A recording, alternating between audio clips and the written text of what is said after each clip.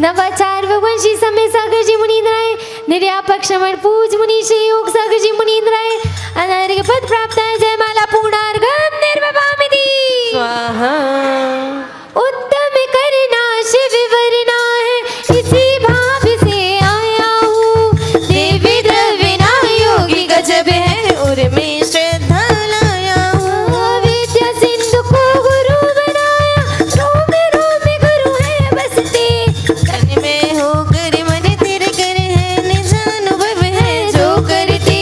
गुरु बिन जीवन तन में अर्पण, सर्व समर्पण करता हूँ, निर्यापक श्री योगी सागर जी के चरणों अर्घ चढ़ाता हूँ, निर्यापक श्री योगी सागर जी के चरणों अर्घ चढ़ाता हूँ, निर्यापक श्री योगी सागर जी के चरणों अर्घ चढ़ाता हूँ। ओम ह्रीं निर्यापक श्रमण पूज मुनि श्री योग सागर जी मुनींद्राय, पूज मुनि श्री निरोग सागर जी मुनींद्राय, पूज मुनि श्री निर्मोह सागर जी मुनींद्राय, पूज मुनि श्री निरामय सागर जी मुनींद्राय, पूज मुनि श्री निर्भीक सागर जी मुनींद्राय। आदि ढाई दीप में विराजमान 3 कम 9 करोड़ मुनि राजों के चरणानुग में जलफल आदि अर्घम निर्वपामिति। नमोस्तु महाराज जी, नमोस्तु महाराज जी, नमोस्तु। चलते हैं। अभी हम आचार्य महाराज की पूजन में अपने आप को गौरवान्वित अनुभव कर रहे थे और अब समय है आध्यात्म की दुनिया में आने का। हमारे समक्ष विराजमान हैं पूज मुनि श्री निरोग सागर जी महाराज।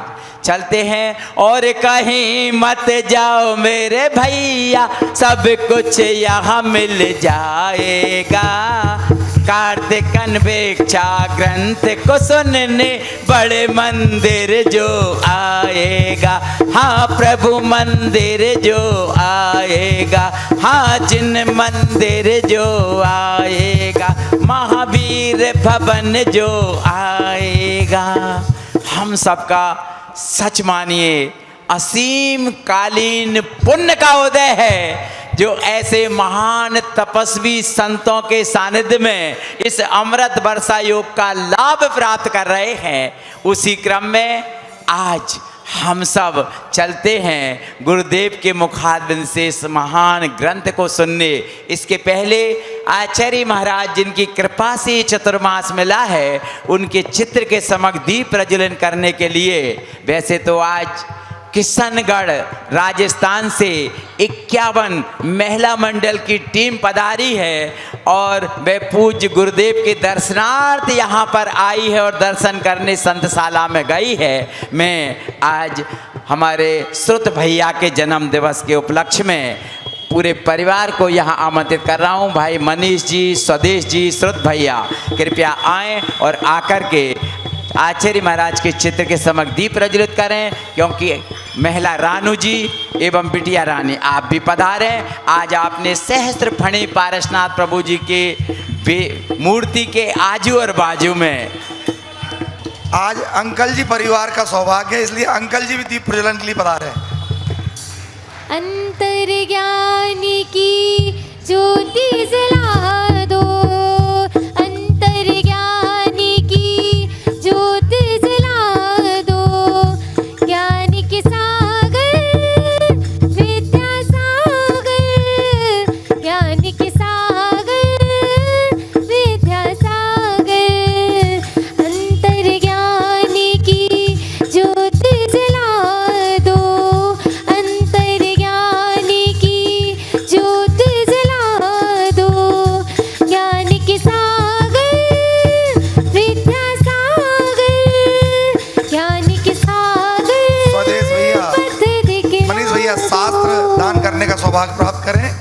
महाराज श्री के कर कमलों में शास्त्र भेंट करें।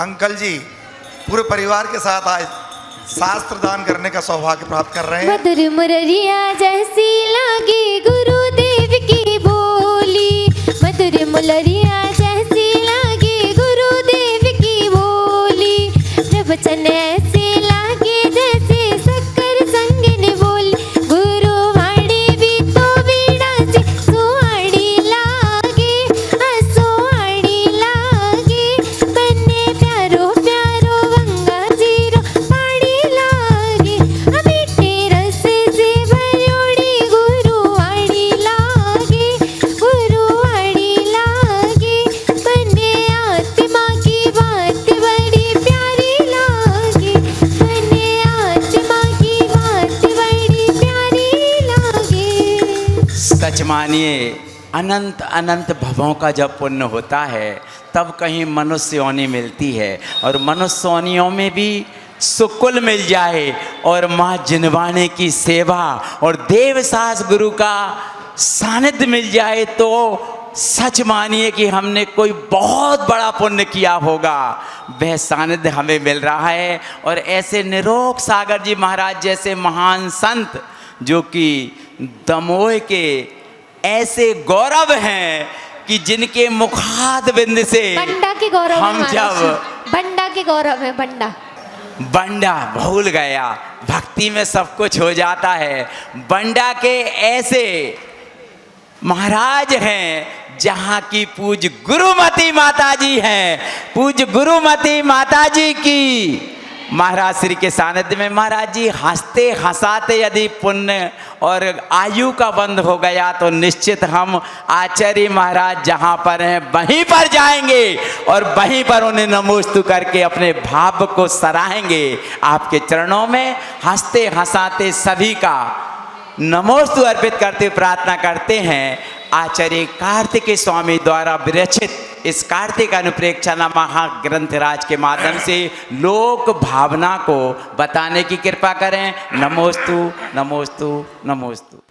देवादिदेव मूल नायक श्री कज्जराट पार्श्वनाथ भगवान की, चतुर्विंशति तीर्थंकर भगवंतों की, परम पूज्य आचार्य प्रवर्षी स्वामी कार्तिकेय महामुनिराज की, संत श्रोमणी आचार्य भगवंत गुरुदेव श्री विद्यासागर जी महामुनिराज की, वर्तमान परंपराचार्य गुरुदेव श्री समय सागर जी महामुनिराज की, ज्येष्ठ श्रेष्ठ निर्यापक मुनि श्री योग सागर जी महामुनिराज की, 3 कम 9 कोटि महामुनिराजों की, परम पूज मुनि श्री निरोग सागर जी महाराज की, समस्त मुनि संघ की।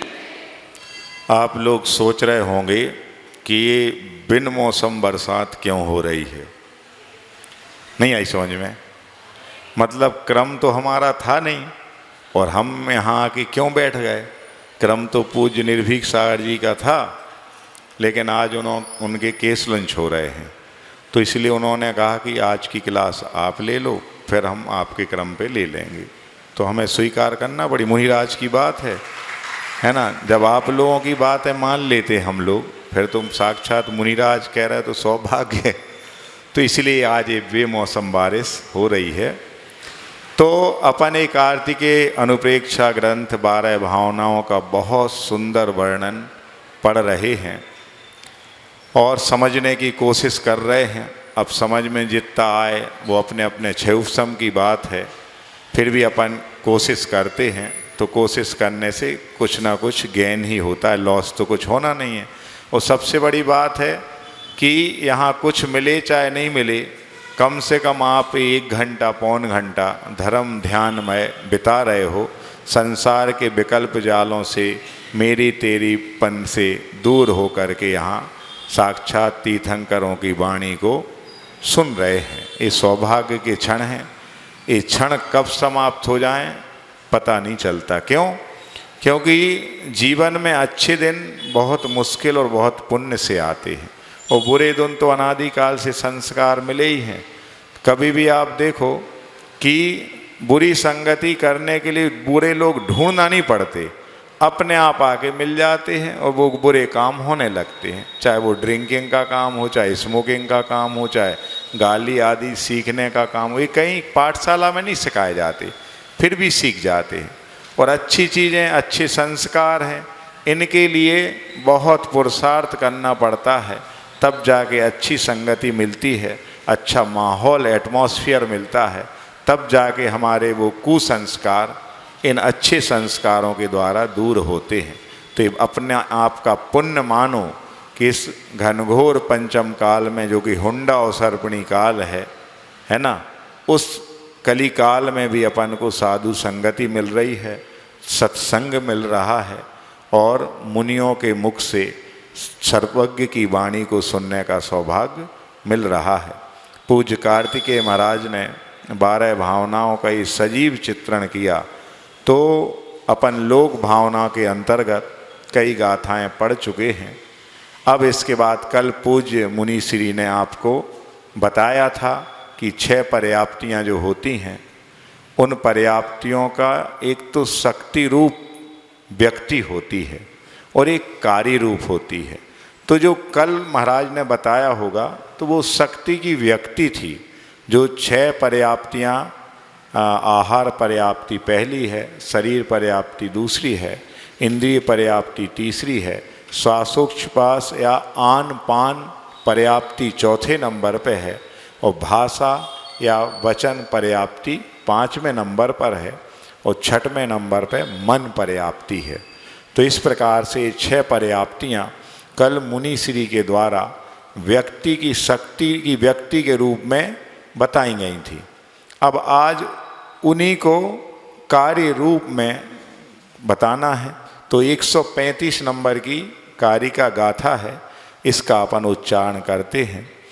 तस्सेव कारणाणम पुग्गल खंदाण जाहु निपत्ति सापज्जति बन्नदी छभ्भेया जिनवरिंदेही। तो वो कह रहे हैं कि तस्या एव कारणानम पुद्गल स्कंदानाम या खलु निष्पत्ति, मतलब उस शक्ति के कारण जो पुद्गल स्कंद हैं, उन पुद्गल स्कंदों की निष्पत्ति को क्या बोलते, सा पर्याप्ति भण्यते, पर्याप्ति कहा जाता है उसी को। षड्भेदा जिन वरेंद्रई, जिसके 6 भेद या 6 प्रकार जिन वरिंद्र ने, यानी जिन में भगवान में भी जो वर यानी श्रेष्ठ हैं, ऐसे उन भगवान ने, जिनेन्द्र देव ने पर्याप्तियाँ 6 बताई हैं, 6 भेद हो गए। तो अब क्या कहते वो, तस्य एव तस्या एव शक्ति, माने वह ही जिनकी वह शक्ति है, कारणानाम हेतुभूतानाम पुद्गल स्कंदानाम, आहार आदि आयात पुद्गल स्कंदानाम या निष्पत्ति शक्ति निष्पत्ति समर्थता सिद्धि। तो क्या कह रहे हैं कि जिन कारण से वो पुद्गल स्कंद हैं, आहार आदि जो पर्याप्ति है, तो उनके वो पुद्गल स्कंद आते हैं, और फिर उसकी शक्ति की जो निष्पत्ति होती, जो समर्थता प्राप्त हो जाती है, और जिसके कारण वह पुद्गल स्कंद ही आहार आदि वर्गणा के रूप में ग्रहण कर करके वह शरीर आदि रूप में परिणत हो जाते हैं। तो वहाँ वो कारण रूप में बताई थी, यहाँ कार्य रूप में बताया जा रहा, तो वो आहार पर्याप्ति कही जाएगी। फिर उसके बाद कह रहे हैं जिन स्वामी भी सा पर्याप्ति भण्यते, जिन भगवान ने उसको पर्याप्ति कहा है, सा कतिधा, वह कितने प्रकार की है, षड्भेदा 6 प्रकार, 6 प्रकार की है। आहार पर्याप्ति, शरीर पर्याप्ति, इंद्रिय पर्याप्ति, आन प्राण पर्याप्ति, भाषा पर्याप्ति और मना पर्याप्ति, इति पर्याप्तिया 6, इस प्रकार से 6 पर्याप्तियाँ बताई गई हैं। समझ गए? तो क्या इससे भावार्थ निकला कि ऊपर जो 6 जीव की शक्ति रूप बताई थी पर्याप्तियाँ, यहाँ पर उन शक्तियों के हेतुभूत जिन पुद्गल स्कंदों को वह जीव आहार आदि वर्गणा रूप से ग्रहण करता है, उन पुद्गल स्कंदों का शरीर आदि रूप से परिणत हो जाना ही, यानी अपकारी हो रहा है। वहाँ कारण बताया था, अब यहाँ वो कार्य रूप हो जाना ही क्या कहलाएगी, पर्याप्ति कहलाएगी। तो यहाँ पर पहली गाथा मतलब 134 नंबर की गाथा में क्या शक्ति रूप से पर्याप्ति को बताया गया था, और यहाँ 135 नंबर की जो गाथा भी अपन ने पढ़ी, उन शक्तियों का कार्य रूप बताया गया है। तो कैसे बताया? तो आहार वर्गणा के द्वारा जो ग्रहण किए गए पुद्गल स्कंद थे, उनको खल भाग और रस भाग रूप करने की शक्ति की पूर्णता का नाम क्या है? आहार पर्याप्ति है। और वह पर्याप्ति शक्ति रूप है। अब केवल व्यक्ति माने कहना चाहिए शक्ति रूप में होने के बाद व्यक्ति यानी कार्य रूप में भी अब यहाँ पर वो माने परिणत हो गए। खल भाग और रस भाग में वो पुद्गल स्कंद परिणत यानी परिवर्तित हो गए। और इस शक्ति के द्वारा खल भाग और रस रूप भाग में परिणत कर देना ही कार्य रूप पर्याप्ति है। तो यहाँ यह कहना चाहिए कि यह उस शक्ति का कार्य है। और इसी प्रकार अपन 6 ही पर्याप्तियों में लगा सकते हैं। समझ गए? अब क्योंकि महाराज जी ने कल बताया होगा पूरा इसके बारे में, तो क्या मैं पुनः रिवीजन करूं कि आगे बताऊं? आगे बताते हैं। और कुछ लोग नहीं आए होंगे तो वो तो यही कहेंगे फिर से एक बार और बता दूं। फिर जो कल नहीं आएंगे वे कहेंगे परसों तक का बता दूं। समझ गए? क्या कमी हमारी, हम घर घर जा नहीं पा रहे बतावे ना, उनके घर घर जाएं, वे बढ़िया भोजन करत रहे और हम बैठ के पर्याप्तियाँ, वे अपनी पूरी पर्याप्ति कर रहे हैं शरीर की और हम शरीर पर्याप्ति के बारे में बताएं। वे बढ़िया आहार कर रहे हैं, हम वो आहार पर्याप्ति के बारे में बताएं, तो उनके भी आहार पर्याप्त हो जाए। कहने आज महाराज जी बहुत आनंद आया कि हमने आहार पर्याप्त लिया और आपने उसी समय आहार पर्याप्ति के बारे में बताया। तो वो तो आहार हमें पचे गई, लेकिन ये बात जो वहाँ संत भवन में नहीं पचती थी, आज आपने हमारे किचन में आके पचवा दी। जब बहुत अच्छी बात करी। ये जो एहसान को, आपकी इस कृपा को हम ताउम्र नहीं भुला पाएंगे। ऐसो करन लगेगा। अब आप नहीं आ पा रहे हो घर से, तो कल से 1 to 1 डोर हम ही लोग जाके ऐसा कर नहीं सकते हैं ना? इतना ही काम और बचे हैं, बताओ।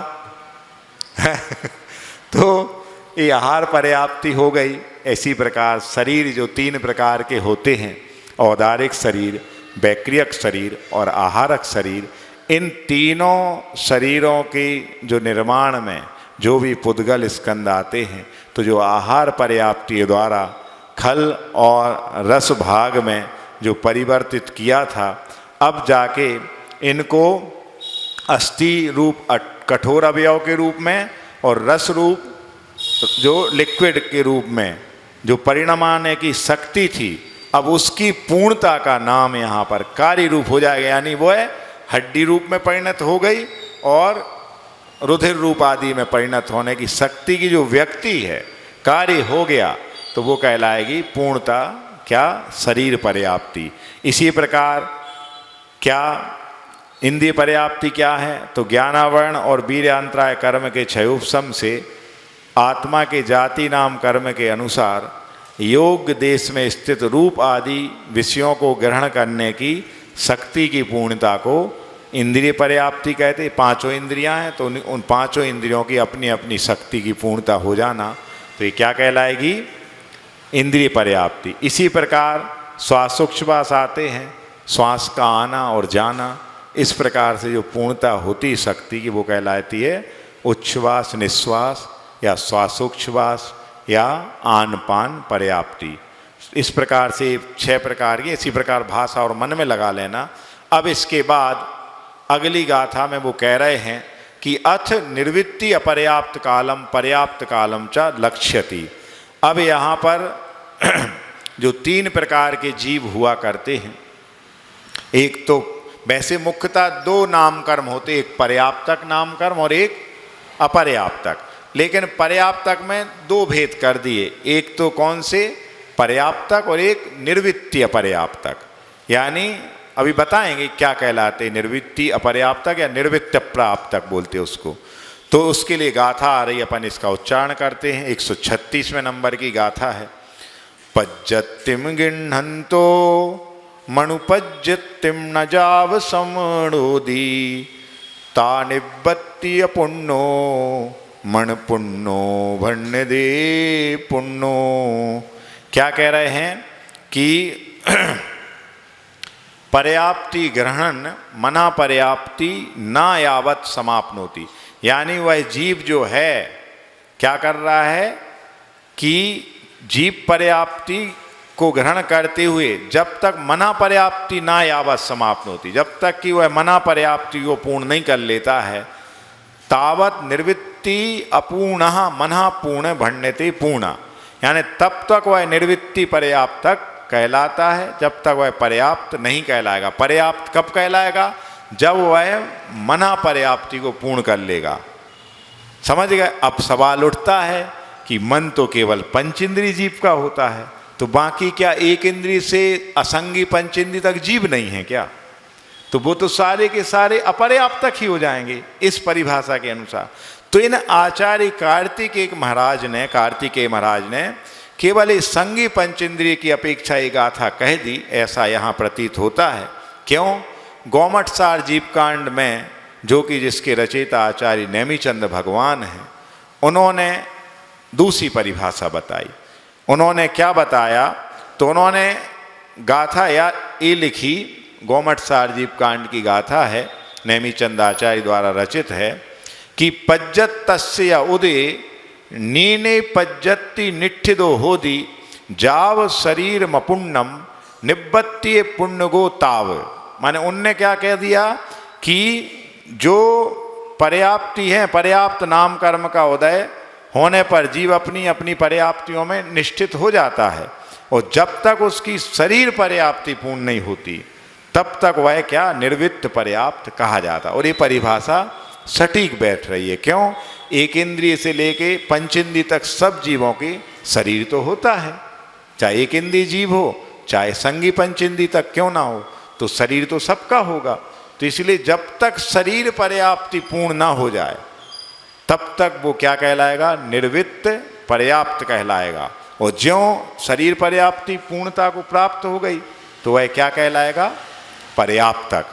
और जिनकी पर्याप्तियाँ शुरू तो हो गई हैं 6, या जिनकी जितनी हो सकती है, जैसे आप समझते हो एक इंद्रिय के 6 में से कौन सी पर्याप्ति होंगी? तो आहार पर्याप्ति सबकी होगी, संसार में जितने भी जीव हैं सबकी होगी, बिना आहारक वर्णाओं के तो कुछ निर्माण होगा ही नहीं। दूसरा शरीर पर्याप्ति सब, क्योंकि हर जीव का शरीर होता है तो शरीर पर्याप्ति भी उनकी होगी। फिर तीसरे नंबर पे सब क्या? इंद्रियां होती, भले एक इंद्रिय क्यों ना हो, एक इंद्रिय जी पर इंद्रिया तो है, तो उनकी इंद्रिय पर्याप्ति भी होती है। और सब श्वास लेते हैं, श्वासोच्छ्वास की प्रक्रिया सबकी चलती है, जितने भी संसारी जीव हैं। तो इस प्रकार से चौथे नंबर की श्वासोच्छ्वास या आन पान पर्याप्ति भी सब जीवों की होती है। तो इस प्रकार से कम 4 पर्याप्तियाँ तो सभी जीवों की होती हैं, और यदि वो पर्याप्तियाँ पूर्ण हो जाएं तो वह पर्याप्तक जीव कहलाता है। और यदि वो पर्याप्ति पूर्ण कर नहीं पाया, उसके पहले उसका राम राम सत्य हो जाए, मरण हो जाए, तो वो कहलाता है अपर्याप्तक जीव। तो ऐसे 2 ही नाम कर्म होते, एक पर्याप्तक नाम कर्म और एक अपर्याप्त नाम कर्म। तो भैया बीच में ये कैसे आ गया निर्वृत्ति अपर्याप्त? तो प्रोसेसिंग चल रही है उसकी। और होता ये है कि सबसे पहले आहार पर्याप्ति शुरू होती है, और फिर क्रम से पर्याप्तियाँ शुरू हो जाती फिर एक साथ, और एक साथ होती हैं, और सबको एक एक पर्याप्ति को पूरा होने में एक एक अंतर्मूर्त लगता है। समझ गए? अंतर्मूर्त यानी 48 मिनट का होता मुहूर्त, तो उसके पहले पहले का काल कहलाता है अंतर्मूर्त। तो अंतर्मूर्त के भी असंख्यात भेद प्रभेद होते हैं। समझ गए? तो क्या होता, हर पर्याप्ति का पूरा करने में हर पर्याप्ति को एक अंतर्मूर्त लगता है, और 6 ही पर्याप्तियों के पूरे होने भी अंतर्मूर्त लगता है। नहीं आई समझ में? आ रही? नहीं आ रही? आ रही? क्योंकि अंतर मुहूर्त के भी असंख्यात भेद हैं। छोटा अंतर मुहूर्त, फिर सबसे बड़ा वाला, यानी एक समय का 48 मिनट, तो सबसे बड़ा वाला अंतर मुहूर्त हो गया। और इनके बीच के जितने हैं जघन और उच्च के, वो सब मध्यम अंतर मुहूर्त में आ जाएंगे। तो यहाँ बात केवल अंतर मुहूर्त की हो रही है, ये नहीं बता रहे कि छोटा की बड़ा। तो 6 ही पर्याप्तियों के पूरा होने में भी अंतर मुहूर्त लगता है, और एक एक पर्याप्ति के पूरा होने में भी अंतर मुहूर्त लगता है। तो जीव एक साथ जितनी भी उसकी योग्यता है वो पर्याप्तियों को शुरू करना प्रारंभ करता है, और एक एक पर्याप्ति पूर्ण होती जाती है। और जब उसकी योग्यता के अनुसार अंतिम जो पर्याप्ति पूर्ण हो जाती है, तो वह पर्याप्तक हो जाता है। और वैसे इस ग्रंथ के अनुसार जब तक उसकी मना पर्याप्ति पूर्ण नहीं होती, जब तक वह पर्याप्तक नहीं होगा, बाकी नेमिचंद आचार्य और अन्य आचार्यों की अपेक्षा से जब तक शरीर पर्याप्ति पूर्ण नहीं होती है तब तक वह निर्वृत्त पर्याप्तक कहलाता है। इसकी टीका पढ़ देते हैं अपन। जीवा पर्याप्ति गृह्णन सन यावत कालम मना पर्याप्ति न समणोदि न समाप्तिम नयति परिपूर्णताम न याति इति अर्था तावत कालम निर्वृत्त पर्याप्त को जीवा भण्यते। कहते हैं जीव जो पर्याप्ति को ग्रहण कर चुका है और जिस काल तक उसकी मना पर्याप्ति पूर्ण नहीं होगी उस काल तक वह जीव निर्वृत्त पर्याप्तक कहलाता है। मना पूर्णा मना पर्याप्ति पूर्णताम प्राप्त तो जीवा पूर्णा पर्याप्त को भण्यते। और जैसे ही मना पर्याप्ति को वह पूर्णता प्राप्त कर लेता है उसी समय वह पर्याप्तक कहलाता है। केचन नैमिचंद्र आचार्य आदया पर्याप्त निर्वृत्ति अपर्याप्त काल विभागम ईदृशम कथ्यन्ति। लेकिन कुछ नैमिचंद आचार्य आदि आचार्य हुए हैं, उन्होंने क्या बताया कि पर्याप्त और निर्वृत्ति पर्याप्त का काल विभाग करके कि इस प्रकार से उन्होंने कहा है। जो अभी मैंने गाथा बोली थी पज्जतस्य उदय, वो गाथा है, उसका अर्थ भी मैंने बता दिया। और पर्याप्त नाम कर्मोदय सती एकेंद्रिय विकल्प चतुष्क संगी जीवा निज निज पंच सठ पर्याप्तिभिर निष्ठिता निष्पन्न शक्तियों भवंती। और पर्याप्त नाम कर्म के उदय में क्या एक इंद्रिय से लेके विकलत तक यानी चतु इंद्रिय तक और फिर संगी जीव तक निज ने जाने अपनी अपनी योग्यता के अनुसार एक इंद्रिय की कितनी पर्याप्तियां होती हैं? 4। तो 2 इंद्रिय की कितनी हो जाएंगी? 5। 3 इंद्रिय की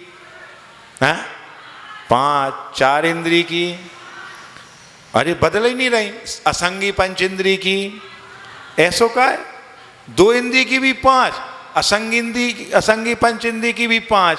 तो इसका मतलब कोई डिफरेंट नहीं, उन दोनों एक बराबर हैं जीव। क्या वो इनकी इंद्रियां बढ़ती जा रही हैं, उसके बाद आप कह रहे हैं 5 5 5 हैं। कहीं आपने तत्वार सूत्र का 7वां अध्याय तो नहीं पढ़ लिया? उसमें जब देखो पंच पंच पंच, कहीं सरपंच आता ही नहीं है, जहां देखो पंच ही पंच की चलती है। तो अब पंच आएगा, माने इन सब जीवों में पंच कौन है? सरपंच, संगी पंच इंद्रिय। जब वो आएगा तो पंच सारे शांत हो जाएंगे और सरपंच की चलेगी। तो अब कितनी होती है संगी पंच इंद्रिय की? तो 6 पर्याप्तियां। क्यों? मना पर्याप्ति केवल संगी पंच इंद्रिय की होगी, बाकी 2 इंद्रिय से लेके असंगी पंच इंद्रिय की तो ये 5 पर्याप्तियां माने वचन पर्याप्ति भाषा पर्याप्ति भी होती है। तो इस प्रकार से वो कह रहे हैं कि अपनी अपनी योग्यता के अनुसार 4 5 और 6 पर्याप्तियां होती हैं जीवों की। और यावत शरीर पर्याप्ति न निष्पन्ना तावत ते च जीवा समय ऊन शरीर पर्याप्ति कालांतर मुहूर्त पर्यंतम, यानी जब तक उसकी शरीर पर्याप्ति पूरी नहीं हो जाती तब तक वह जीव एक समय कम भी क्यों ना हो शरीर पर्याप्ति पूरी होने में, तब भी वह निर्वृत्त अपर्याप्तक कहलाएगा अंतर मुहूर्त पर्यंत के भीतर भीतर। इस प्रकार से निर्वृत्ति अपर्याप्ता इति उच्यन्ते, ऐसा कहा गया। तो निर्वृत्त्या, अब वो कह रहे निर्वृत्ति क्या है? तो निर्वृत्त्या शरीर निष्पत्त्या अपर्याप्ता अपूर्णा निर्वृत्त पर्याप्ता इति निर्वचनात्। माने निर्वृत्ति का मतलब है शरीर की निष्पत्ति हो जाना, शरीर की पूरी रचना हो जाना, वो कार्य कहलाएगा निर्वृत्ति। और जब तक वो पूरी नहीं हो रही सो वो क्या है? अपर्याप्त निर्वृत्ति। इसलिए उसका नाम है निर्वृत्त। पर्याप्त या संधि विच्छेद करेंगे तो निर्वृत्ति अपर्याप्तक, माने अभी वो पूरा नहीं है तो उसका पर्याप्त नाम कर्म का उदय, यानी नियम से वो पर्याप्ति को पूर्ण करेगा। लेकिन अभी जो बीच का काल है, समझ गए, जैसे हम दौड़ चुके हैं, घर से निकल चुके हैं, लेकिन अभी रास्ते में मान लो 10 कदम भी मंदिर बचा है, तो अभी आप मंदिर में पहुंचे तो नहीं, समझ गए। जब मंदिर में जो देरी पे एंट्री हो गई माने हमने मंजिल प्राप्त कर ली, तो ये बीच का जो समय है, बीच की जो माने स्थिति है, उसको अभी क्या कह लेंगे? निर्वृत्ति अपर्याप्त कहें। और ज्यों पहुंचे पूर्ण हुई नहीं शरीर पर्याप्ति तो वो क्या कहलाएगा? पर्याप्तक जीव हो जाएगा। वह आ गई बात समझ में? कठिन तो नहीं लग रही ये बातें। और ये जो हम संस्कृत पढ़ते हैं ऐसा तो नहीं लगता है कि मतलब काला अक्षर भैंस बराबर जैसा है? क्यों? वरना कभी कभी ऐसा भी लगता कि हम कहीं और किसी दूर देश की भाषा को सुन रहे हो, समझ में नहीं आ रही हो, है ना? और वैसे ही हाल हो कैसा कि बेगानी शादी में अब्दुल्ला दीवाना।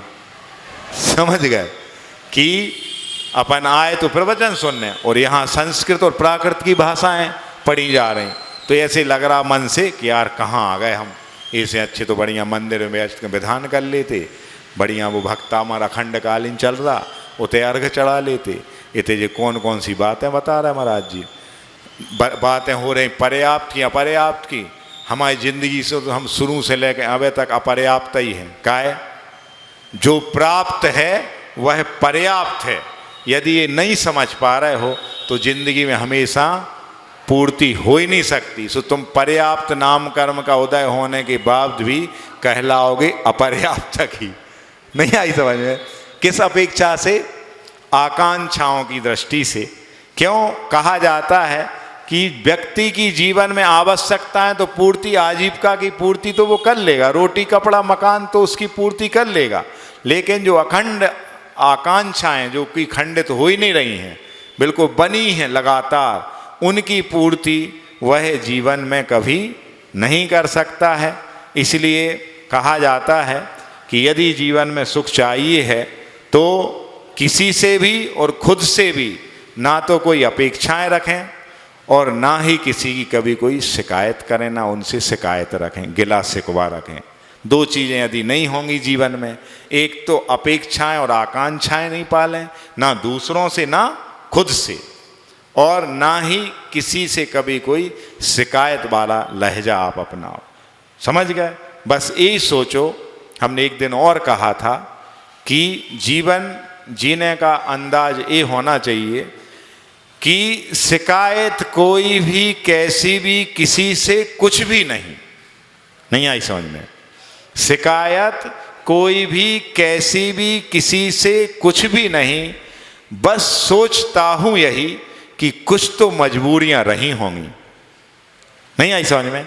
सामने वाले की ये मजबूरी थी कुछ, तो वो समय पे नहीं आ पाया, वो समय पे हमारे मन की नहीं कर पाया, हमने उसको जो काम सौंपे थे वो काम नहीं कर पाया, तो हमें उससे गिला शिकवा नहीं करना है। पहले उसको समझो तो जाके कि क्यों नहीं कर पाया, तो कुछ ना कुछ उसकी मजबूरी होगी, उसका शौक थोड़ी था। यदि शौक होता आपके काम ना करने का तो वो आपका काम ही क्यों अपने हाथ में लेता? आप जब दे रहे थे उसको काम तभी मना कर देता, लेकिन उसने काम लेने की रिस्पॉन्सिबिलिटी निभाई है तो वो काम भी पूरा करेगा, भले वो समय पे नहीं कर पाया हो, किसी मजबूरी बसा, तो उससे कोई गिला शिकवा नहीं रखना चाहिए। समझ में आ रही बात? क्यों? क्योंकि हमारे कर्म ही हैं जो हमारी पहचान बनते हैं। हमारे कर्म यानी कार्य जो है, हमारी कार्य शैली है, पद्धति है, वही है जो कि हमारी पहचान है। वरना इस संसार में एक ही नाम के हजारों इंसान हैं। सोचो, नाम किसका होता है? जो कि काम करता है, और काम दिखाने का नहीं, अंदर से जो काम करता है, उन्हीं शख्सियत की, उन्हीं इंसानों की पहचान हुआ करती है। वरना ऐसे बेनाम होके गुमशुदा की तलाश जैसे ये जीवन भर हम खुद अपने आप को ढूंढते रहते हैं, और जीवन क्या समाप्त हो जाता है, फिर भी हमारी आकांक्षाएं पूरी नहीं होती हैं, ख्वाहिशें पूरी नहीं होती हैं। तो कहा है किसी ने, शख्स ने, क्या फुर्सत नहीं है इंसान को घर से मंदिर तक जाने की? फुर्सत नहीं है इंसान को घर से मंदिर तक जाने की, और ख्वाहिशें शमशान से सीधा स्वर्ग तक जाने की रखते हैं। और ख्वाहिशें क्या शमशान से सीधा स्वर्ग तक जाने की रखते हैं। भैया मानता हूँ मैं कि बिना मरे स्वर्ग नहीं मिलत, लेकिन जब अच्छे कर्म करे हों तो स्वर्ग मिलत है, न नरक भी तो है जिंदाबाद, वहाँ ज़्यादा आबादी है। समझ गए? तो क्या कह रहा हूँ मैं कि भाई कोई भी ख्वाहिश नहीं रखिए, अच्छे सत्कर्म करते रहिए, और वर्तमान में जीने की कोशिश करिए। वर्तमान यदि संभाल लिया तो भविष्य तो अपना अच्छा है। क्यों? आज का जो वर्तमान है, आज के अच्छे काम हैं, वही तो कल का भविष्य होगा। हम यदि आज अच्छा करेंगे तो फल भी अच्छा मिलेगा। आज यदि हम बुरी सोच रखेंगे, किसी के प्रति बुरे मन वचन काया से क्रिया करेंगे, तो हमें उसका फल बुरा मिलेगा। इसलिए आज को संवारो, भविष्य की चिंता नहीं करो।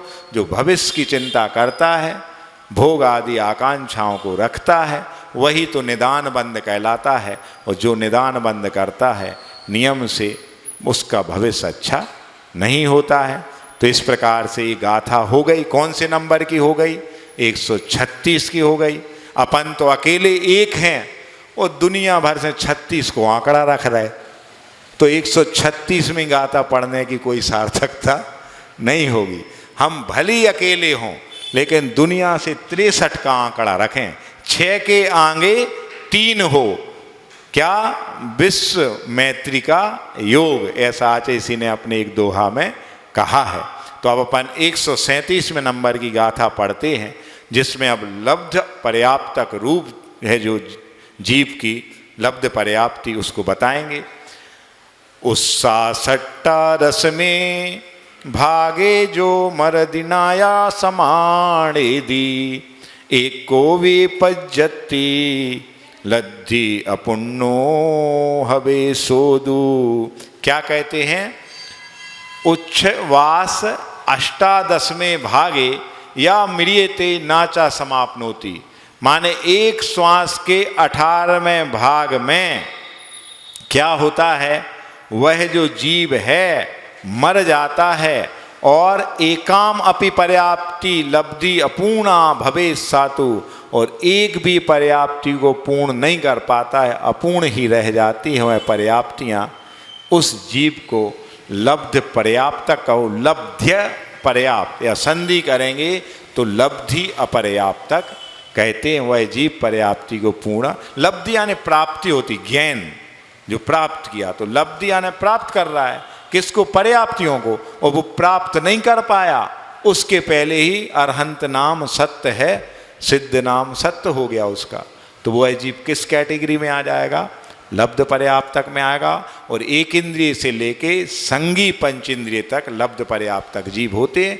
अपने मनुष्य शरीर में भी लब्ध पर्याप्तक सम्मूर्छन जीव पैदा हो। जितने भी गुह्य प्रदेश हैं, चाहे कांख हो, चाहे नाभि हो, चाहे गुप्त स्थान हो, जितने भी, उन सब में ऐसे योनिभूत स्थान बन जाते हैं कि तज जाति, यानी अपन मनुष्य हैं तो मनुष्य जाति संगी पंचेंद्रिय नाम कर्म के उदय से वो जीव पैदा होते रहते हैं और मरते रहते हैं।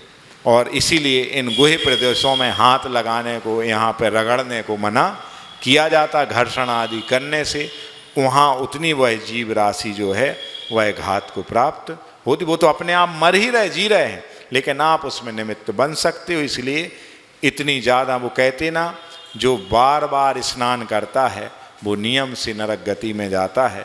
फिर वहाँ बैतरणी नदी में खून पीप आदि से नार के उसको बढ़िया स्नान कराते हैं। तो अब समझ लो आप, एक बार स्नान करना कोई बुरी बात नहीं गृहस्थ की अपेक्षा, हम लोगों का तो वो भी त्याग रहता, पर बार बार ये करना नरक गति में जाने का एक कारण है। इसलिए शरीर के संस्कार में ज़्यादा समय नहीं बिताओ, अपने भावों को संस्कारित करो, तो हमारे अनादिकालीन जो संसार के संस्कार हैं वह अपने आप समाप्त हो जाएंगे। तो इस गाथा का अर्थ समझ में आ गया कि श्वास के 18 भाग में वह जीव जो मर जाता है और एक भी पर्याप्ति को, और खास करके शरीर पर्याप्ति को पूरा नहीं कर पाया है, तो वह जीव लब्ध पर्याप्तक कहलाता है। तो अब वो कह रहे हैं कि गौमठ सार में अपर्याप्त नाम कर्म का उदय होने पर अपनी पर्याप्ति को पूर्ण नहीं करता और अंतर्मूर्त में मर जाता है। तो जाके उन्होंने गाथा लिखी, उदेदु अपुण्यस्य या सगसक पज्जत्यम ना निठवदी अंतो मुहूर्त मरणम लद्धि पज्जत गो सोदु। ये जो अब भी मैंने अर्थ बताया है वही है इसका। अब वो कह रहे हैं कि यहाँ पर इस गौमठ सार में बताया है कि अथ एकेंद्रिय आदि संगी पंचेंद्रिय पर्यंत लब्धि अपर्याप्तक जीवेशु सर्व निरंतर जन्म मरण काल प्रमाणम गोमठ सार उक्त गाथा त्रयम आह। 3 गाथाओं के द्वारा गोमठ सार ग्रंथ में ये बहुत बड़ा वर्णन बताया है। हम पहले तीनों गाथाएं लगातार पढ़ दे रहे, फिर उन तीनों का अर्थ हम टीका नहीं पढ़ेंगे, बहुत बड़ी टीका है। और वैसे ही आप लोग मतलब बहुत समझदार हो, हम जैसे मूल लोगों के लिए गाथाएं पढ़ने का नियम है। आप लोग तो सर्वज्ञ के तुल्य हैं, सब आपके ज्ञान में झलकता है। इसलिए ना तो आपको किताब की ज़रूरत होती है, ना ही आपको गौर से सुनने की ज़रूरत होती। क्यों? आपके उस ज्ञान पटल में सर्वज्ञ की भांति सब कुछ झलकता है। और हम धन्य हो जाते हैं ऐसे श्रावकों को पा करके। बहुत खुशी होती है अंदर से मुझे कि इस कली काल में भी ऐसे श्रावक हमें उपलब्ध हो रहे, इतने ज्ञानवान, क्रियावान और समर्पण की शक्ति को लिए हुए। बहुत खुशी होती है, बहुत आनंद आता है। तो वो 3 गाथाएं हम पढ़ते हैं, लगातार पढ़ते हैं। तो पहली गाथा उन नेमिचंद आचार्य की गोमठ सार की। तिन्निसया 36 छावट्टी सहस्रगाणि मरणानि अंतु मुहूर्त काले तावदिया चेव खुद भवा। दूसरी गाथा सीधी सट्टी चालम वेले 24 होंति पंचखे छावट्टिम च सहस्सा स्वयं च 32 में अखे। तीसरी गाथा हाँ ये है। पुड़वी दिगागण मणि मारुद साहारण थूल सुहम पत्तेया एदेसु अपुण्येसु या एक एक के बार खम छक्कम। अब वो कह रहे कि यह एक इंद्री से लेकर संगी पंचेंद्री तक जीव जो कि एक अंतर मुहूर्त में क्या हो जाता है, कितने बार, अधिकतम 66,336 बार जन्म मरण को प्राप्त हो जाता है। एक श्वास में 8-10 बार, यानी सोचो एक श्वास में 18 बार वह जन्म मरण ले लेता है। तो उन्होंने निकाला कि अंतर मुहूर्त कितने समय का होता, बताओ आप, 48 मिनट का। तो एक श्वास में 18 बार है। तो आचार्यों ने गणना की कि एक मुहूर्त में 3773 उच्छ्वास होते हैं। कितने? 3773 उच्छ्वास होते हैं। सो 18 का गुणा कर दिया, किसमें? 3773 में। सो कितने आ गए? 66,336 भाव। और अब उनने ये भी बता दिया कि यदि वह जीव जो कि एक श्वास के 18 बार में मर रहा जीरा यही चल रहा, तो यदि मर गया और पुनः एक इंद्री में उत्पन्न हुआ, फिर मर गया, फिर उत्पन्न हुआ, तो ऐसा लगातार वह कितने बार जन्म ले सकता है एक इंद्री पर्याप्त में? तो उनने कहा 66,132 बार अधिक से अधिक एक इंद्रिय पर्याय में लगातार जन्म ले सकता है। फिर उनने कहा तो 2 इंद्रिय के बताओ, 2 इंद्रिय में लब्ध पर्याप्त तक के कितने जन्म हो सकते लगातार अधिकतम? तो 80 बार। 3 इंद्रिय में तो 60 बार, 4 इंद्रिय में तो 40 बार, और पंचेंद्रिय लब्ध पर्याप्तक में उनने कहा 24 बार। तो इन सबको जोड़ा, किनको?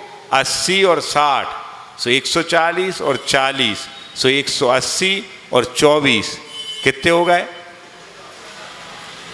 180 और 24 कितने भाई? 204, और 204 में 132 और जोड़ दे, कितने भाई? इतनी गलत नहीं पढ़ाई तुम्हारों की माँ साहब ने। 204 में 132 जुड़ेंगे तो 336 हो जाएंगे, समझ गए? तो इस प्रकार से एक इंद्रिय के 66,132 66,132, और 66,132 में 2 इंद्रिय, 3 इंद्रिय, 4 इंद्रिय और पंच इंद्रिय के जुड़ गए 204। सो कुल टोटल ऐड किया तो 66,336 क्षुद्र भाव एक अंतर मुहूर्त में एक लब्ध पर्याप्त तक जीव करता है। वो भाई कौन और जीवों की कहानी नोई, हमारी और तुम्हारी कहानी आए। अपन सब ऐसे लब्ध पर्याप्त तक अनंतों बार हो चुके हैं, मर चुके, और गारंटी भी नहीं है कि मोक्ष हो जाए, वो कि पहले जब भाव परंपरा छूट जाए, हो सकता फिर से उस यात्रा को करना पड़े। समझ गए ना? तो इस प्रकार से यहाँ पर आप देखिएगा कि अपना जो वह है उस क्षुद्र पर्याप्त तक जीव का भी क्यों ना हो, सबसे कम वह ज्ञान उपयोग, सूक्ष्म ज्ञान उपयोग योग है जो अक्षर के कितने भाग पर्यंत भी, लेकिन वो ज्ञान उपयोग की परंपरा नहीं मिटती। वो ज्ञान तो उसमें भी उतना ही है, और अपना वह ज्ञान और आगे है, और सर्वज्ञ ने पूर्णता प्रकट कर लिया।